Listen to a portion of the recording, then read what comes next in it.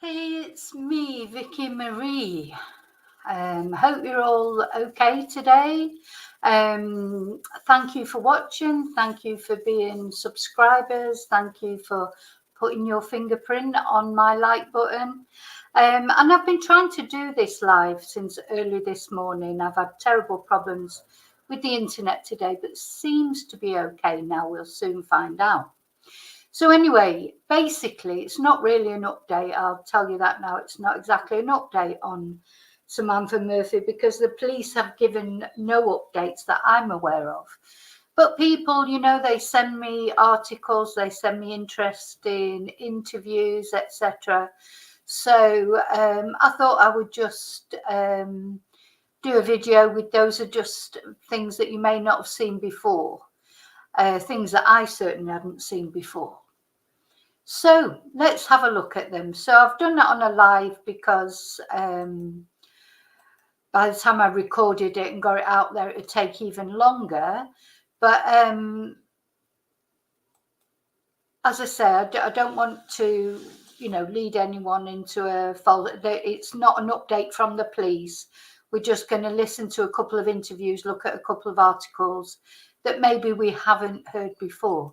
Now, this is an interview. This first thing that we're going to look at, and thank you to the subscriber that sent me in, various people have sent me in all sorts of things.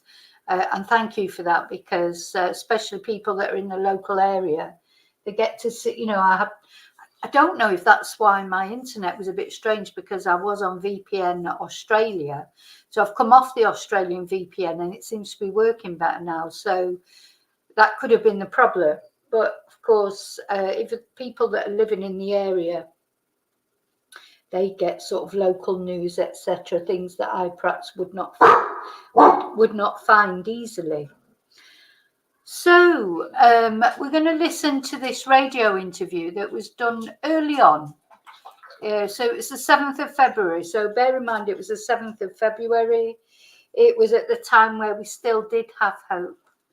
Because now, of course, for any of you that are watching that don't know about the Samantha Murphy case, she went out jogging on a Sunday morning. Just like this today, if you're watching this live, this is Sunday morning here in Spain. She went off jogging Sunday morning and just never came home, bless her. And her 3 children are still waiting for answers, but the police have now said that they think it's unlikely that she's still alive. So bear in mind when this radio interview was made, that was not the case. It was the police were insisting that there was, as far as I knew, there were no suspicious circumstances.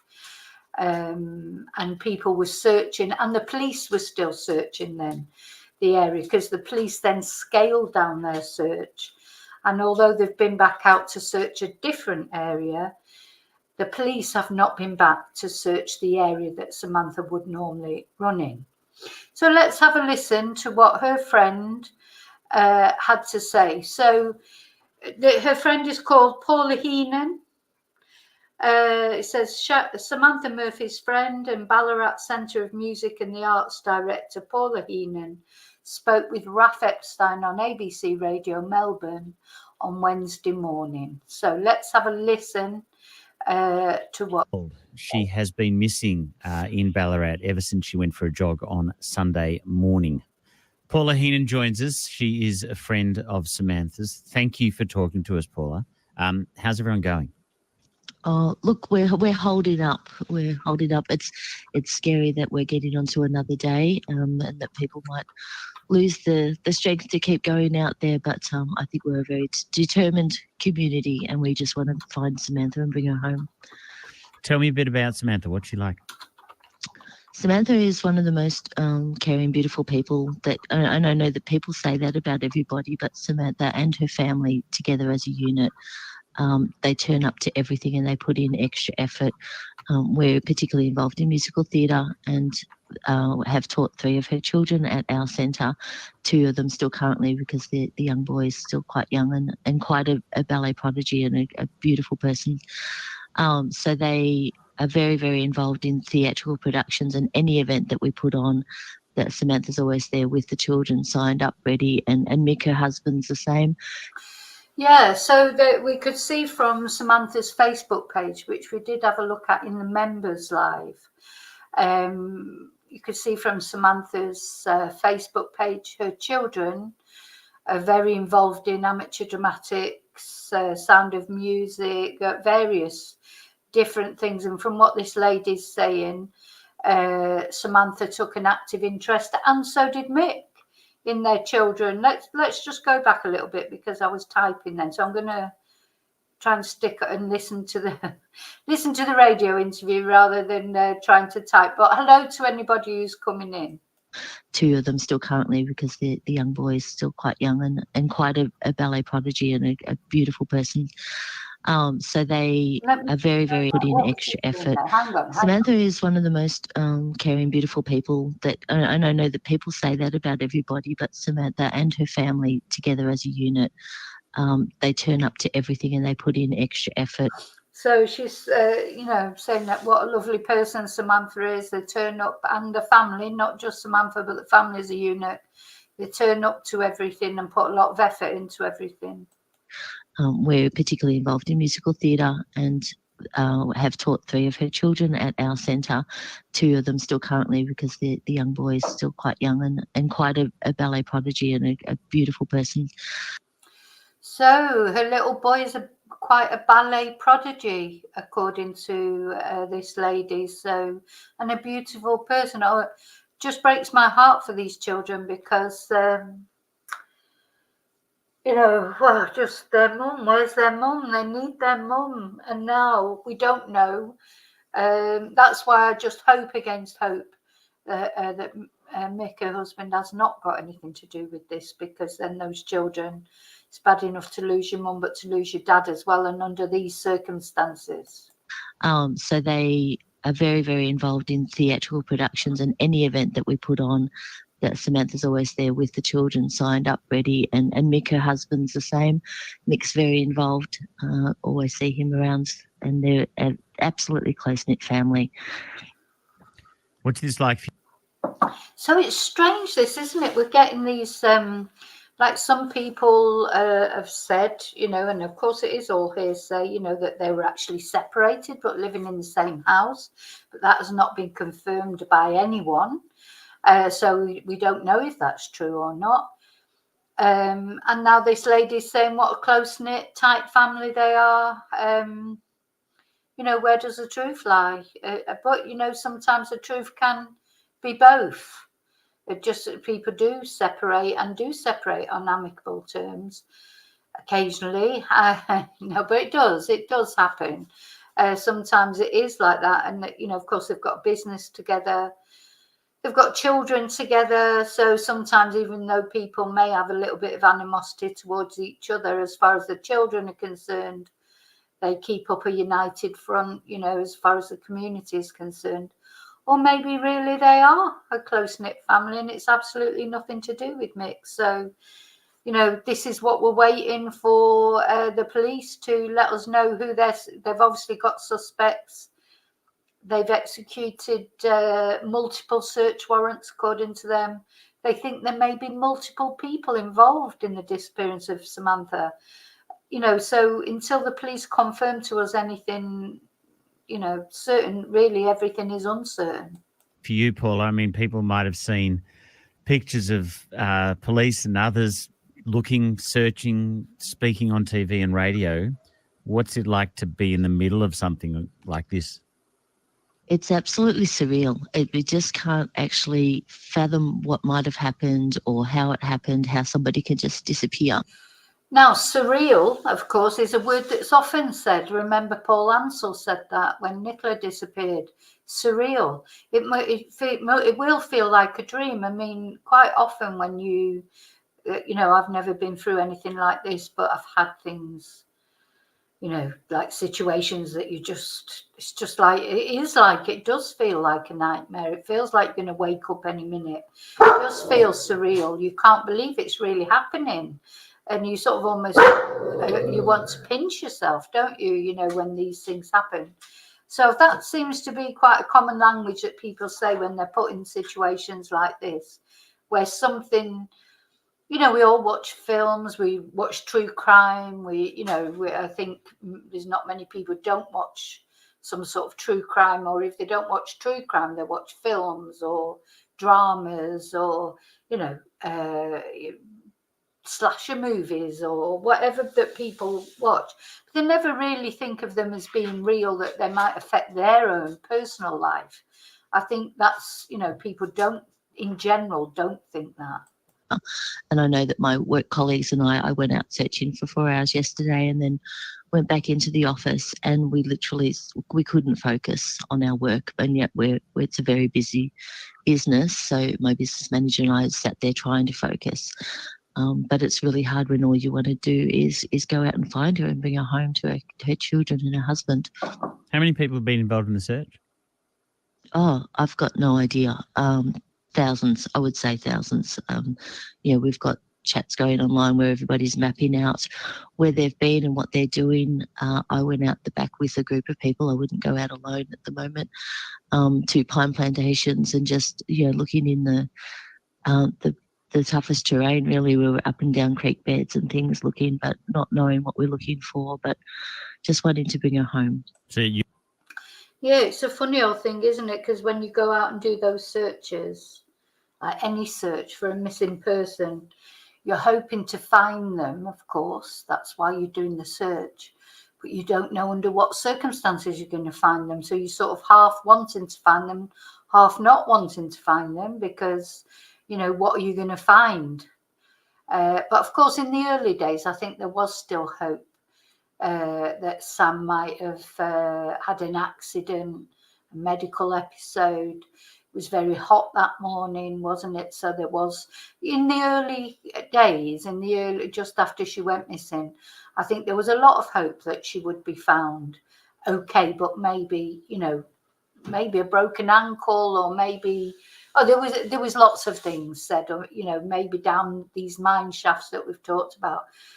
Of course, that hope has gone now after what the police said, that they don't think that she's alive. And it has now been 3 weeks, just over 3 weeks. So it's very unlikely, but in those early days, they were looking for Samantha, in the sense of not a body, looking for Samantha, that maybe something had just happened to her, or not necessarily that any foul play had befallen her.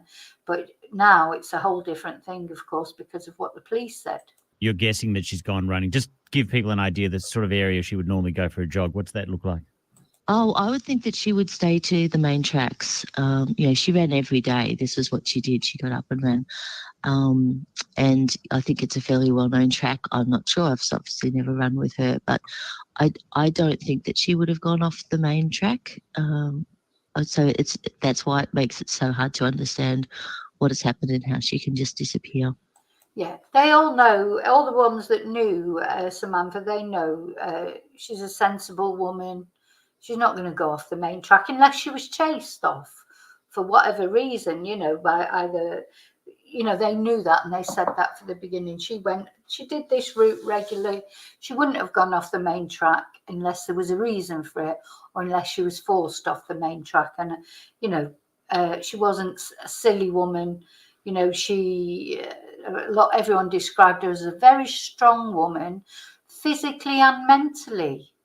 And that's been refreshing, because, there hasn't been this, like we had with the Nicola Bulley case, these aspersions cast to her mental health, or, going through the menopause and having problems with alcohol. We haven't had that, thank goodness. So, we can presume that Samantha would have been sensible enough not to go off the track. How's the immediate family, Paula? Well, it's a struggle for the children, obviously, because they're sort of alone at the moment. They're reaching out and talking to some of their friends and our students, and we're also trying to support our students who are in their classes, who normally see them, up to 6 days a week, and suddenly they're not there either. And I know that talking to them, they'd like to be back amongst their friends and just dancing and doing the normal things. So they're feeling lonely as well as scared. So hopefully we'll be able to, reach out to them and have them connect with some of their peers as well. How awful, isn't it? Because she said they're feeling lonely as well as scared. And what happens with kids when they're scared? Who do they want? Their mum. And, you know, with the best will in the world of dads, and I know, you know, there's a lot of lovely dads out there. I think really generally in the main part, not always, I know there's always exceptions, not all mums are brilliant, of course, but to all intents and purposes, Samantha was a fantastic mum. So when young kids like that are going through some trauma, the first thing they're going to want is their mum. And of course, it's their mum that is not there. Their mum being missing is the reason for the trauma. So it's very, very sad for the children. And you're still hopeful? Very hopeful. Yeah, absolutely hopeful. And I really hope that people will remain hopeful and go out and search, and that we'll have some answers. I don't want people to be giving up at this stage, but hopefully that the police can give us some clear direction. Well, unfortunately, now the police have given some clear direction, but people still haven't given up. Of course, all the community was out with the bushcraft expert, Jake Cassar, who knows what they did or didn't find. Whatever they've found, they will have handed over to the police. And the police, you know, were happy for them to go out searching, but the police, of course, have moved their search to another place. They searched the Mount Clear area, and again, they haven't said that they found anything there. They've wound up the search, but maybe they did. There was some noticed on one of the Facebook groups, they put a little video up that a local reporter had put up of the police bagging something up. So you think, have they found something? You know, they're not going to tell us, obviously, until they're ready, till they've got everything ready for an arrest or whatever. So people haven't given up hope in that sense. It was lovely to see all the community go out and do that sort of massive coordinated search. And, you know, people like to feel useful. And it was good that the police sort of seemed to recognise that. The police have treated people's efforts to help, in this case, so much more differently than they have in other cases, for whatever reason. And so it was lovely to see everyone go out. So I think, I wonder if I can find that little video to show. Let me see.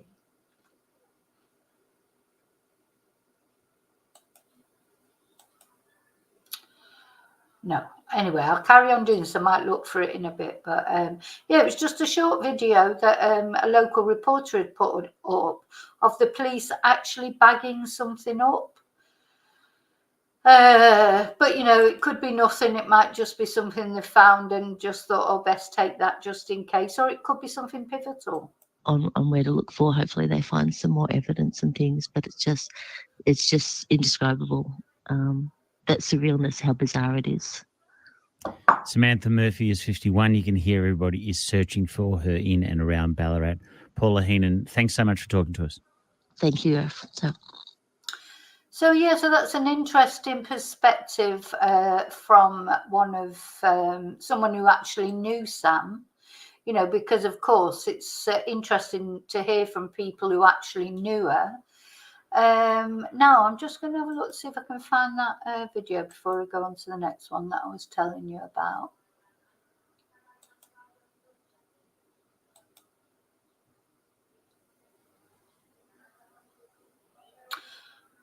Gosh, whenever I go off something, then I can never find it again. So annoying. I can't just leave all my windows up all the time. Oh, no, that was 2 days ago. Yeah, no, it's gone, that video. Where's it gone? Why has it disappeared? But anyway, never mind. I've got other things to show you. So,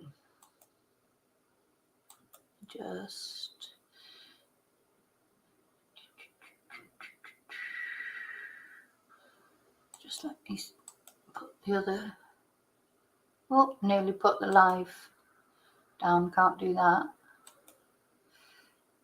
Where has it gone? Okay. So let's have a look at another video that somebody sent me that I don't know if we've seen yet, that I've presented on here. So I'm just trying to give you as much information as possible, really.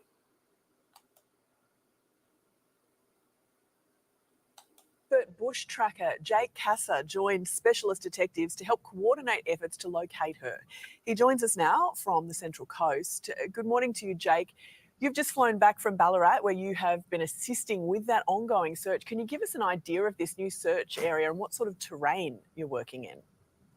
Yeah, that's right. There's a multitude of terrains in that area. The topography of the land is incredibly varied. On one side of the track, you'll have open pine forests and a lot of grass trees. On the other side of the track, you'll have a lot of thick, dense, bristly bracken fern and just really thick bushland.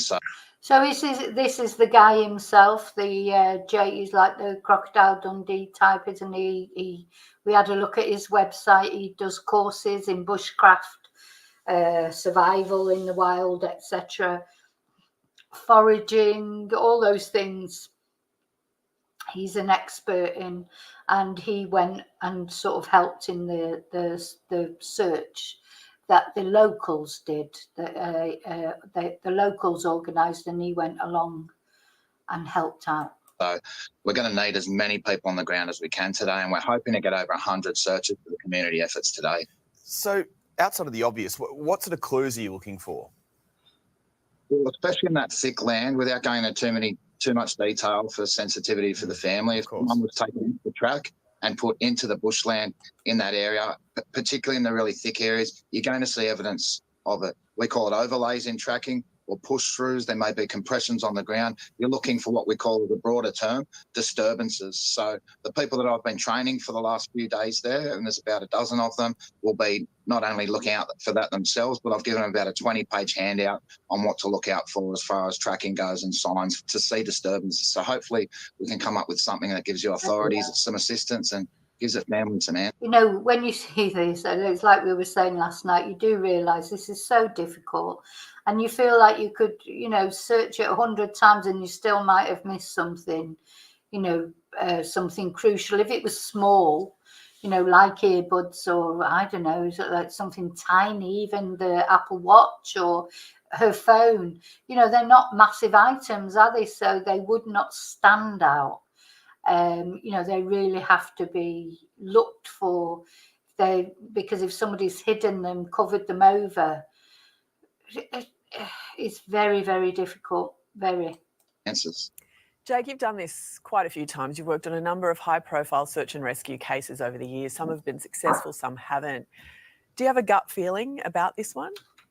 I try not to go with gut feelings too often until I'm out in the field. But yeah, I'm so proud of the Ballarat community. They remind me a lot of the Central Coast community here, the way that they're coming together and doing their best to literally leave no stone unturned. That's what we came into this with, is let's just get out there and do everything we can to not get in the way of authorities, of course, but to assist them and to assist the family in getting answers. And I'm pretty confident that over the next couple of days we might be able to do that.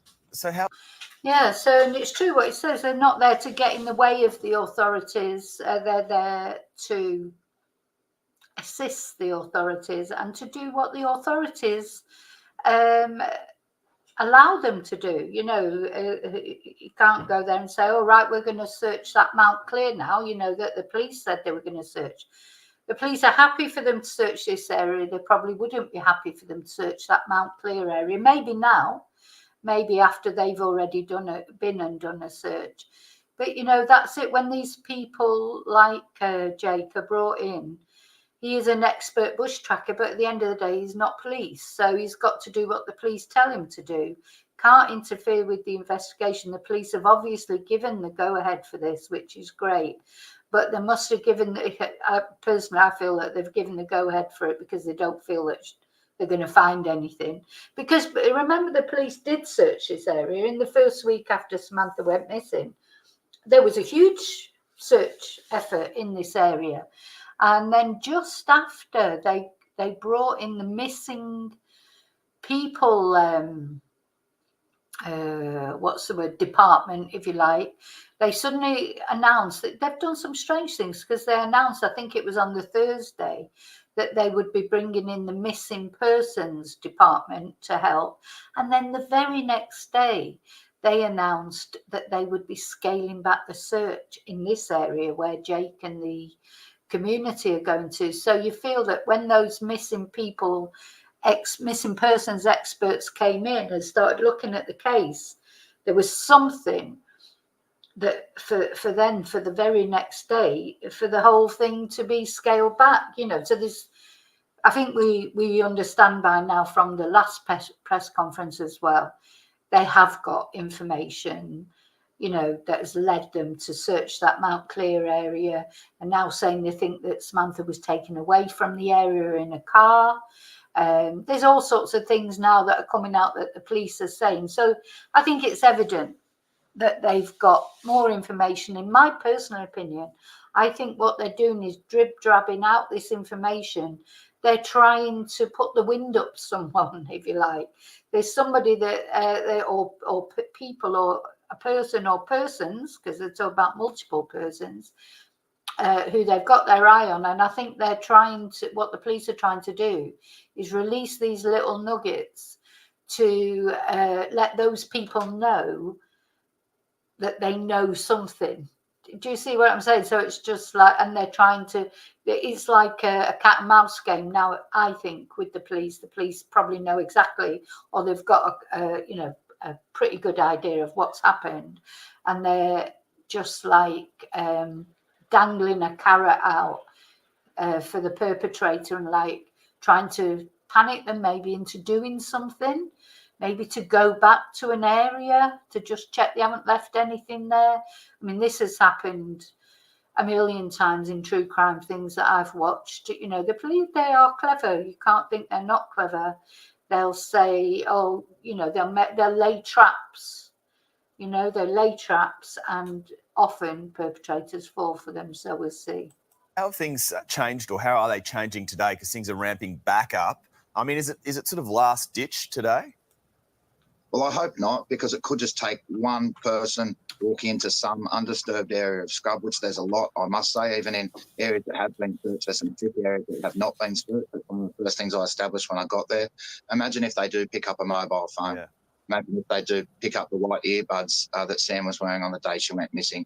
And that could lead to something else to discover, again, to get some answers here. So I feel that the community should be putting in another week or two.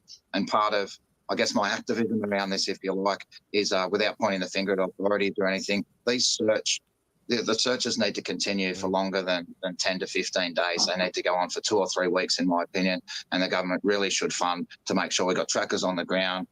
We've got sniffer dogs all throughout that area, drones in the sky, especially at night, the heat-sensitive ones. We just need as many eyes on the ground as we can. It's a human life, and it's wonderful that we send out millions or billions over to foreign aid every year. We're a rich country, but what about making sure that we're keeping Aussies as safe as we can? Well said. Now, and this is a good point. This is a good point. All countries feel like this, don't they? The money we send in, whatever country you live in. If we're lucky enough to live in a rich country that can send money over for foreign aid to other countries, and we do it, and it's a good thing to do. But of course, our priority should always, of course, be keeping our own country safe. And while if women can't, I'm going to do a live later because there's a few things that I want to talk about. There's been a case over in America now of a woman jogging and being murdered, a young girl. Is jogging now a dangerous sport for women? You can't go out and jog. You can't go out and walk. This is what governments need to address this. And I think they need to address it, not only preventing it, there's the prevention in the first place, and then also, the sentencing, particularly in the UK, is just so ridiculously light for these sort of offences. As a woman, and it doesn't matter if you're a woman or a man, because if you're a man, you'll have a wife, a daughter, a sister, a mother, an auntie. There'll be a friend. There'll be some woman that that can't go out, and feel safe. why do women have to be like prisoners? Why do women have to feel like they can't go out jogging or they can't go out walking in isolated areas because of what sometimes it's not even an isolated area. So this is so he's right what he's saying, and I think this is a big thing in most countries today, isn't it? And then we send money. To me, the money that we send to fund wars, the money that we sending bloody, spacecraft up into the moon that ends up bloody failing and crashing, and total waste of money. All this money that should be really used, in my eyes, in keeping citizens safe, children safe, and that these are the priorities in my eyes. What's the point in sending a bloody rocket launcher up just for it to explode? And total waste of money. It just drives me mad. So I do agree with Jake here, very much so. More important to keep people safe. Keep your citizens safe. Keep your own. If each country, some countries are poor and they do need help, and I agree with that as well. I do agree with helping countries, etc. But ultimately, if we're lucky enough to live in a country that is rich, if you like, and they need to spend some of that money on mental health, for example. The National Health Service in the UK, I don't know what the health service is like in Australia, but in Spain, we've got a good National Health Service. It's very highly ranked. All these things need injections because they're keeping people safe, healthy, happy. Mental health is a big thing, I think. And now you can't even help your mental health by going running in the woods, which is supposed to be good for your mental health. You can't do it now if you're a woman, because it won't do your mental health any good if you get bashed and bloody attacked. Jake, thanks for your efforts in the search. Ballarat community will today join in the search for missing mother Samantha Murphy, only a day after police announced grim new details. 9 Melbourne reporter Mimi Becker has the latest from Melbourne. Mimi, police there suspect multiple people might be involved in that disappearance. They do, Clint. Police have come out and said that one or more parties are believed to be involved in the disappearance of Samantha Murphy. Investigators have also revealed that they now believe the 51-year-old mother of 3 has been killed. Police have started a new search in the Mount Cleo. Yeah, so they have said they believe she's been killed. I mean, I just can't imagine what this is like for the family. But they still haven't found her, and they still don't know. They're literally saying they believe that they're looking for a body and she's been killed. But yeah, I think they're trying to lure someone out of the woodwork. That, personally, I do think that. Them saying that, to come out with that after they've been so cagey for so long. Oh, stop it. Hey.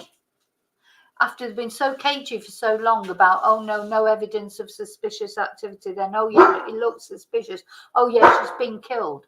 I think they're trying to lure someone out of the woodwork. They're trying to panic somebody, I think. Area, which is about 6 kilometres south of Ballarat. It's understood phone data has led them to that location, and that police believe the mother of 3 managed to make it about 7 kilometres into her Sunday routine run before she was met with sinister circumstances. As for the community of Ballarat, they haven't given up hope in finding any answers for the family. Around 100 searchers are set to head out today, and many of them have been going out for the past 20 days as they continue to search for any sign of Samantha. Police have revealed that Mick Murphy, Samantha's husband, isn't a suspect, but in fact, all Samantha's. Yeah, now people have they said that he's not a suspect at the moment, but they also said that so they sort of contradicted themselves really, because they said that everybody who knows Samantha is a suspect, if you like, or they're looking into. So he's not a suspect in the sense as, he's not even a person of interest, because these are the sort of things that the police declare, isn't it, as someone as a suspect or a person of interest. Having said that, they also have said that there is no danger to the wider public. So why have they said that? Because they have been interviewing, like we looked on the live last night, that they have been interviewing, SEX offenders in the area, etc. But then on another breath, they're saying there is no threat to the wider public.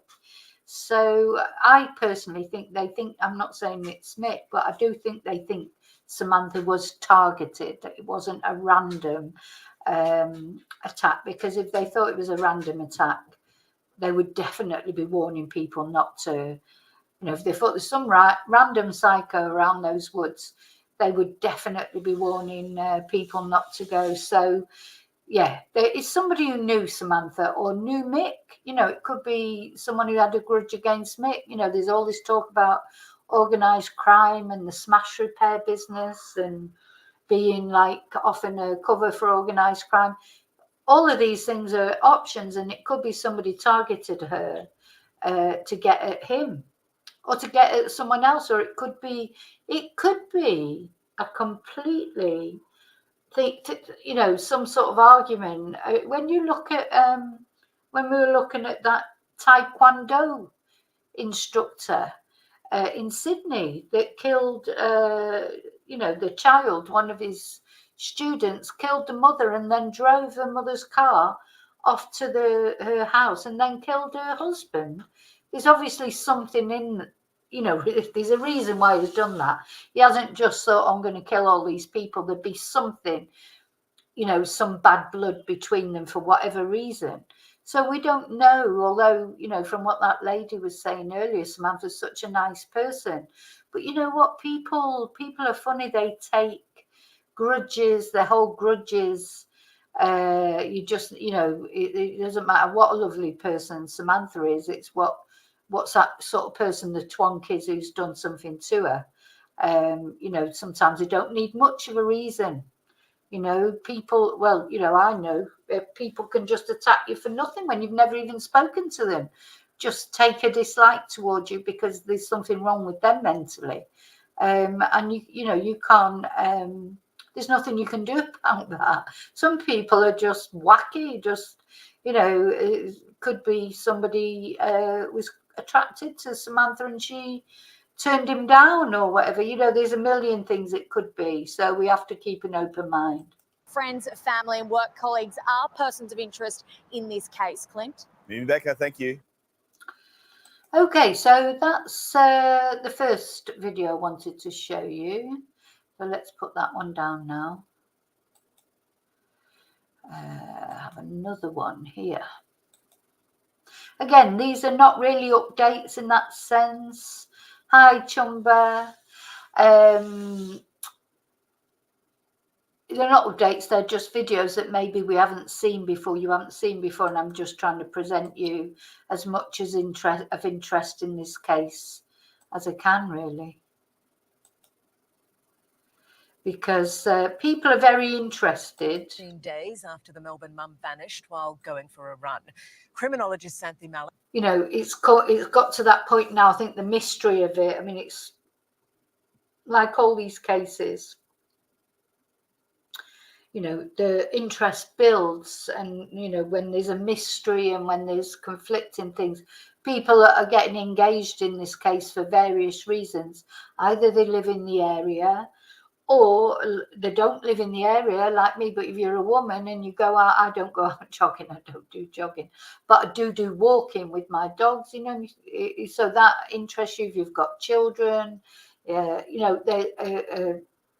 Samantha, everybody wants to see her brought home for her children. So there's a definite sort of feeling of people wanting to know the answers, and not least, of course, the answers that her children need. Has been following the case from the Sunshine Coast. Xanthi, the search was scaled back. Specialist detectives have been brought in now. It's just a bit confusing, isn't it? Can you explain why everything wasn't thrown at this earlier? So the scale of the forest has been searched back, the physical scale, but the investigation is still obviously very much ongoing. And the new officers, the 18 officers that have been brought in across a number of squads, have been done so because of their experience in ongoing and protracted investigations. So certainly I would say the police are throwing everything that they can at this. It's just that physical search because they don't believe she's still in the forest area. So how did these specialist detectives work? What moves will they be making? Well, they're really still trying to build a picture of exactly what happened leading up to Samantha's disappearance because we know very little of what happened afterwards. So they are going back through weeks, months of information, trying to really see who may have come into contact with Samantha, where she may have been. So it's really that very detailed picture, and a lot of information has been provided by the public. So they're wading through all of that to see what is useful in the investigation. So many people around Australia following this case and wishing and hoping for breakthroughs. There is... Well, not only in Australia, we're all all over the world. So this lady is a psychologist, I think, isn't she? A criminologist, a criminologist. Now, it's quite interesting. I don't know if we watched her talking before, but now bearing in mind that this interview is a while ago, so I think Sam had been missing 14 days or something like that when this interview was made. And this lady did say that she still held out hope. It's before the police said that they thought she probably wasn't alive, because there was a case of a little girl, wasn't there, Cleo, who went missing in Australia, and everyone thought that Cleo was, she disappeared. Was it from a tent, I think, where her family were? And, obviously it didn't look very good because she was missing for a long, long time. 14 days before she was found, and she does relate this case to that, so she was still hopeful then, but obviously we're at a different point now from when she said that. But yeah, the little girl Cleo, she was found safe and well. Really no witness accounts that we know of, or CCTV or dash cam footage. Is that evidence out there, we just don't know about it, or do we not know anything at this point? We just don't know anything at this point, and that is really quite remarkable. It's very difficult for somebody to vanish, as Samantha has, and leave no electronic footprint in terms of that CCTV, etc., given the world in which we live, where it's so common now. So that...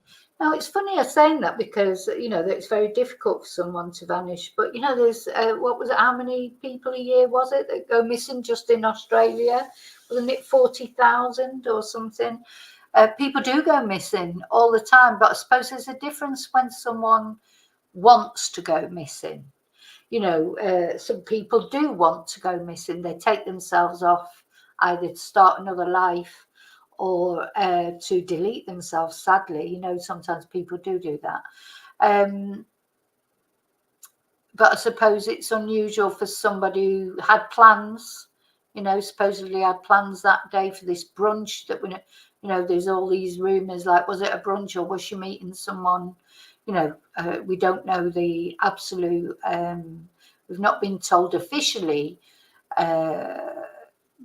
what she was supposed to be doing by 11 o'clock and why the alarm was raised quite soon, I think, after she'd gone missing. I think the alarm was raised at 11 o'clock because supposedly she said she would not be long because she had this appointment later on. And she wasn't going to do a run as long as she normally did. And then, of course, she didn't come back. So I suppose it's unusual for someone to just disappear when they've got plans. There's no reason to think that they've taken themselves off anywhere or done themselves some harm. And then, of course, with the phone, I think the police know more about the phone and the Apple Watch than they're saying. That is really very unusual. Any information would probably have come to light now, but obviously the police are not giving up, and they're still hopeful that somebody will have something that can help them figure out what happened to Samantha when she left that forest. They do believe she made it to the forest. What happened after that is the big question. It's so incredibly tough on her loved ones. Do we know how they're doing? Well, the family will be doing it very tough. They have made a number of statements in the media responding to questions from reporters. So obviously 18 days will feel like an eternity to them, but I haven't given up hope. Cleo Smith was recovered after 18 days in WA, if you remember, at the end of 2021. So, oh yeah, there you go. Sorry, it's 18 days Cleo Smith was missing. And I mean, that's, you know, for a little girl to be missing for 18 days, you do not, you know, hold out much hope. Well, they say after the first day, really, the first 24 hours, if you don't find a missing child, you either going to find them deceased or you're never going to find them, you know. So that's what they say. So 18 days that little girl Cleo Smith was missing. And of course there was a lot of suspicion on the parents, because just as when a man or a woman goes missing, the suspicion is normally on the partner first, you know, because statistically it normally is to do with the partner or the person who last saw them. As far as children are concerned, the first suspicions always go on the parents, because unfortunately, sadly, tragically, it often is the parents that have had something to do with that disappearance. So the first focus is always on the parents. And if they're not parents, if they're not doctors like the McCanns, who, you know, sort of can, and then who employ like a bloody public affairs spokesperson like Clarence Mitchell or whatever, if they're not rich enough to do that, well enough to do that, if it's some, you know, they always get the aspersions cast on them, parents. And if you like, the lower social class they've got, that's the more aspersions that get cast on them. Because you know what, in the Madeleine McCann case, how those parents, whether they did anything to her or not, but how they were not prosecuted for child negligence, I will never know. Because whether they did something to Madeleine or whether it was their actions in leaving 3 tiny children together alone, saying that it was like being in there, they were eating, drinking like it was in their garden. It wasn't. I've been there. I went and did the walk from the tappers bar, which is now no longer a tappers bar. But you know, it's not. You would never leave your. I would not have left my son there when he was 3. Madeleine was 3 and the twins were 1 or something. You know, left 3 children in a room on their own in a foreign country. Oh, come on. So, you know, this is the thing. So Cleo Smith, her parents came under a lot of suspicion. Perhaps they're not both doctors. Perhaps they're not both as middle class as the McCanns. They haven't got such good connections as the McCanns had. You know, that the McCanns seemed to have special connections, didn't they? And that's where the first suspicions go. So you just know for a fact that Mick will have been investigated. He'll be the first person that's been investigated. And so if this information that they've got over phone pings, or, you know, they made some strange comment, you know, that there'd been a lot of comings and goings from the house that morning. That was another thing. Why did they say that? No, there was a lot of, we've been looking at the comings and goings from the house that morning. And then, of course, they've been to the business and, you know, taken stuff away, bagged up stuff and taken it away. Is that relevant? Is it anything to do with Mick? Or is it just that they're investigating him? And at the end of the day, everyone is under suspicion, and especially the partner, because that's just the way it is. But that doesn't mean to say that you won't get cleared, does it? You know, you'd probably be inviting that, really, because you would want them. That's what Paul Ansell said, remember, in his interview. And he said, you know, it's like, oh no, investigate me and then move on and find out what really happened. So, you know, at the end of the day, if it was you and it was your partner who'd gone missing and you had nothing to do with it, yeah, you would welcome their investigations, because then they can clear you and go on to the next thing. And to be fair, the police did say they've had nothing but support and help from the family. So I think he has been helpful. So, you know, until something actually transpires, we cannot cast aspersions on it, really, I think. I haven't given up hope yet. Until there's proof otherwise, then I remain hopeful that Samantha will be found alive. Santhi, thank you. The case of missing Victorian mum Samantha Murphy is now being assigned to a dozen specialist detectives. Let's go to Today Melbourne reporter Etten Woolley for more. Etten, good morning. This is a major expansion, isn't it? That's right, Brooke. Victoria Police again ramping up their search for mother of three Samantha Murphy, making this case their top priority. Detectives have been pulled in for a number of specialist units, including fraud, counter-terrorism, sex crimes and armed robbery, not necessarily because of specific links to any of those units, but more so because those detectives are, I guess, experienced in these types of cases, these protracted cases, of which this certainly is already. It was on February 4 now that Samantha Murphy went missing. Police believe she did make it to the forested area of her normal jogging path, but there has been such limited information since then, despite a quite extensive search. Little to no CCTV or witness accounts. Suspicious or foul play absolutely not ruled out at this stage. Okay, thanks, Etten. Okay, so yeah, that's that video that I wanted to show you. Now, hang on. Now, I'm going to show this video, but I am going to do, as I say, live about this later, because I do think, let me just make sure where I am. You know, it's really sort of irritating. You know, a lot of people have said like that they don't feel safe now walking on their own, even people that are not in that area, because all these, every time we read about a case like this, it does make you worry about walking on your own. But it won't stop me walking on my own, but it just makes me very aware of, you know, you've got to be aware. As we've said, I would say don't wear earbuds. Just don't wear them, because you can't hear who's coming up behind you or what's going on. It could be a car coming up behind you. It could be a dog. You know, for me, I'm a dog walker, so it could be another dog.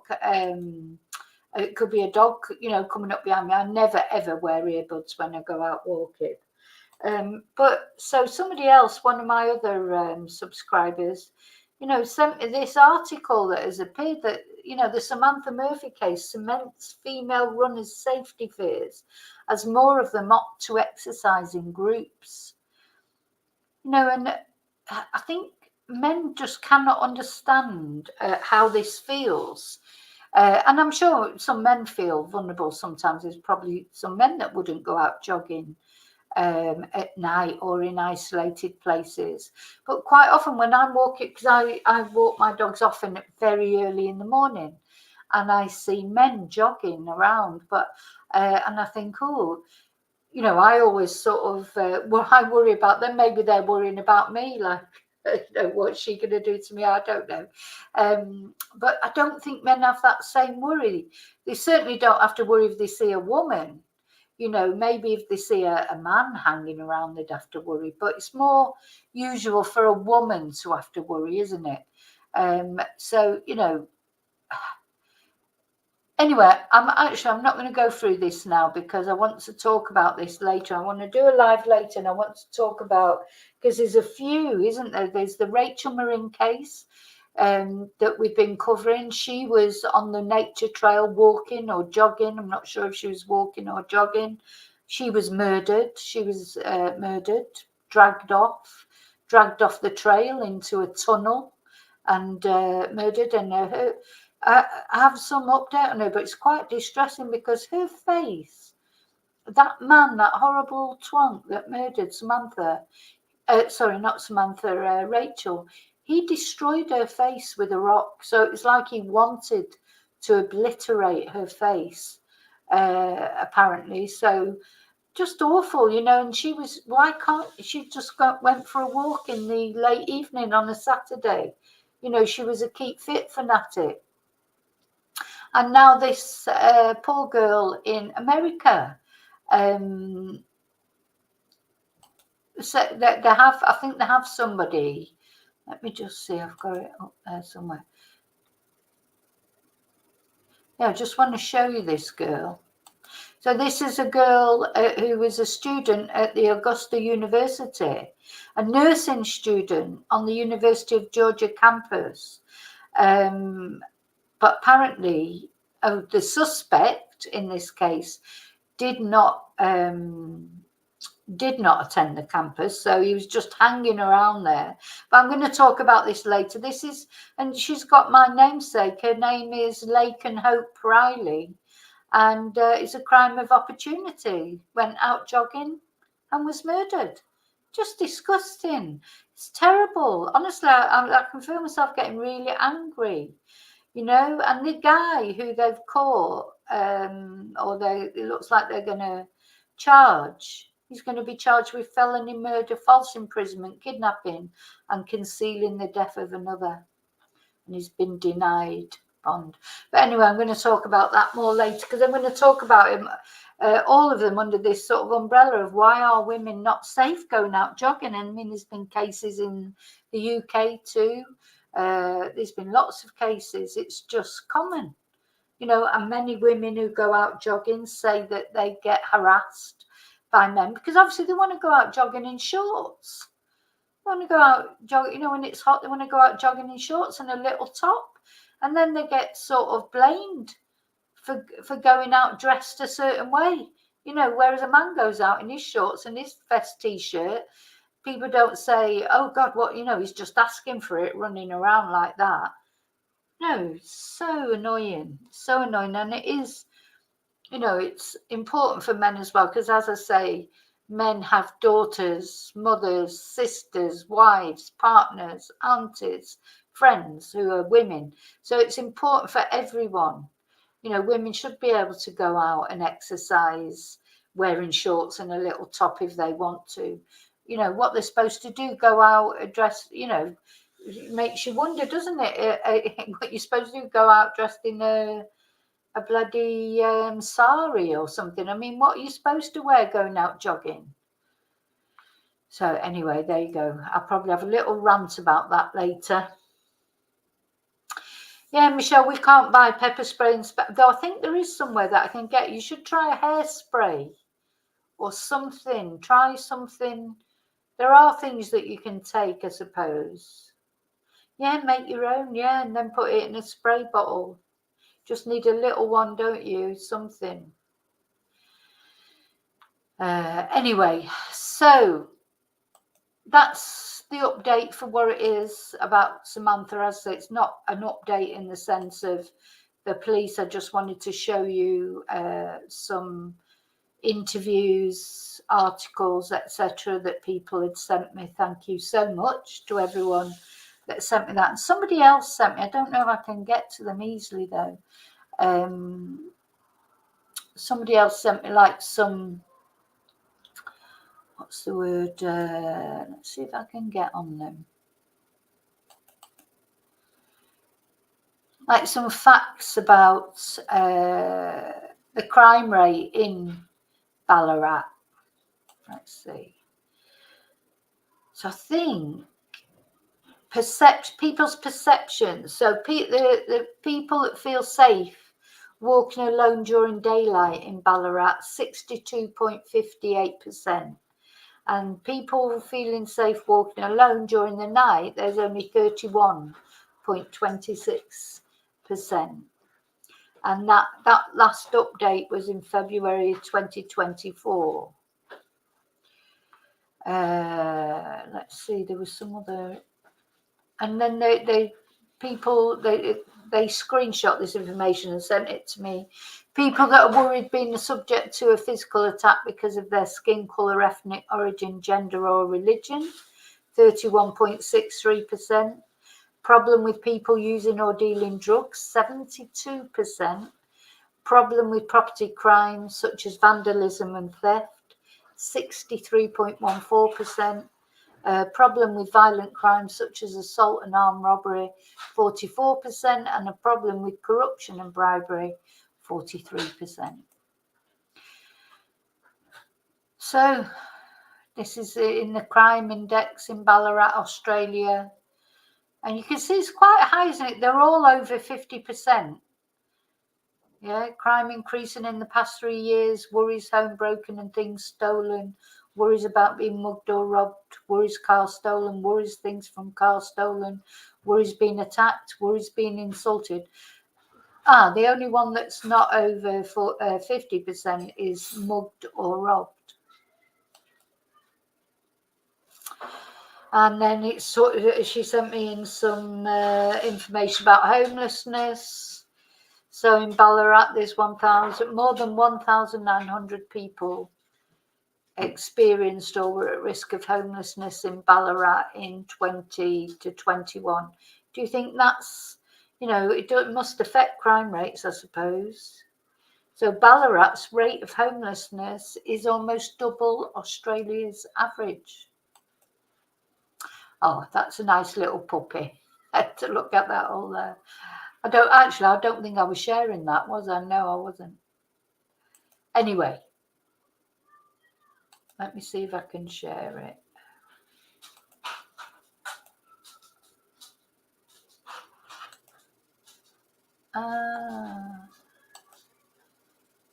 Let me see. I always find it difficult to share. We start with the puppy there, lovely little puppy. It's not as little as that anymore. But yeah, so these were the screenshots that my subscribers sent about the homeless people, the crime rates. So, but I do feel with Samantha, it is a targeted attack. I don't think it's, the police have said that really virtually. Okay. I know, I always forget to share, don't I? Always. Hi, Mariah. It's always near the end when I'm getting tired, but okay, so I'm going, but I'll probably be back later with the other live that's more general about this thing about women, all these different cases. So thank you for being here. Remember to live and love carefully, wisely, and as always, I'll see you really soon in the next video. Hi, Mariah, and goodbye, Mariah, and I'll see you until I see you again. May your God go with you. Have a good day or night, because I know it's night time for some of you.